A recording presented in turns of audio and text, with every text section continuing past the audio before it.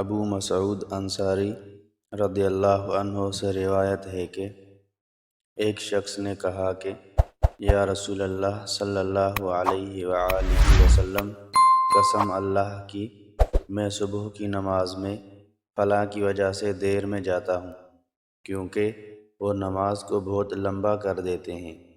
میں نے رسول اللہ صلی اللہ علیہ وآلہ وسلم کو نصیحت کے وقت اس دن سے زیادہ کبھی بھی غصے کی حالت میں نہیں دیکھا۔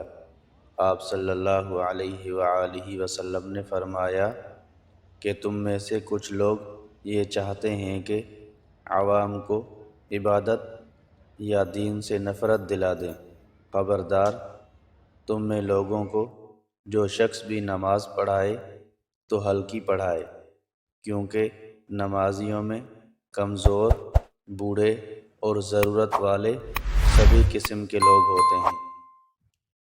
رسول اللہ صلی اللہ علیہ وآلہ وسلم نے فرمایا، اگر کوئی مسلمان فوت ہو جائے، اس کی جنازے پر 40 ایسے آدمی شریک ہو جائیں جو اللہ کے ساتھ کسی کو شریک کرنے والے نہ ہوں، تو اللہ ان کی سفارش اس میت کے حق میں قبول فرماتے ہیں۔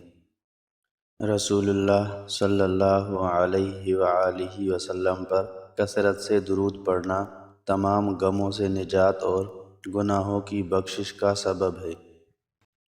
حضور صلی اللہ علیہ وآلہ وسلم ایک عورت کے پاس سے گزرے جو ایک قبر پر بیٹھی ہوئی رو رہی تھی۔ آپ صلی اللہ علیہ وآلہ وسلم نے اس سے فرمایا کہ اللہ سے ڈر اور صبر کر۔ رسول اللہ صلی اللہ علیہ وآلہ وسلم نے ارشاد فرمایا، جو اللہ اور اس کے رسول صلی اللہ علیہ وآلہ وسلم کی محبت کرنے سے خوش ہو تو اس کو چاہیے کہ وہ قرآن پڑھے۔ رسول اللہ صلی اللہ علیہ وآلہ وسلم نے فرمایا، جو شخص مجھے زبان اور شرمگاہ کی حفاظت کی ضمانت دے دے تو میں اسے جنت کی ضمانت دیتا ہوں۔ رسول اللہ صلی اللہ علیہ وآلہ وسلم نے فرمایا، مسلمان کے مسلمان پر 5 حق ہیں: سلام کا جواب دینا، مریض کا مزاج معلوم کرنا، جنازے کے ساتھ چلنا، دعوت قبول کرنا اور چھینک پر اس کے الحمدللہ کے جواب میں یرحمک اللہ کہنا۔ رسول اللہ صلی اللہ علیہ وآلہ وسلم نے ارشاد فرمایا، جس ذات نے بیماری نازل کی ہے اس نے شفا بھی نازل کی ہے۔ سیدنا انس بن مالک رضی اللہ عنہ کہتے ہیں کہ نبی کریم صلی اللہ علیہ وآلہ وسلم نے فرمایا کہ جو چاہتا ہو کہ اس کے رزق میں فراخی ہو اور اس کی عمر دراز ہو تو وہ صلہ رحمی کیا کرے۔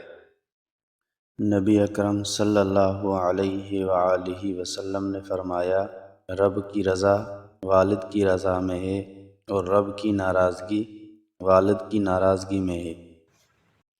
حضرت ابو قتادہ رضی اللہ عنہ کہتے ہیں کہ نبی کریم صلی اللہ علیہ وآلہ وسلم نے فرمایا، میں اللہ سے امید رکھتا ہوں کہ عاشورہ 10 محرم الحرام کے دن کا روزہ 1 سال پہلے کے گناہ مٹا دے گا۔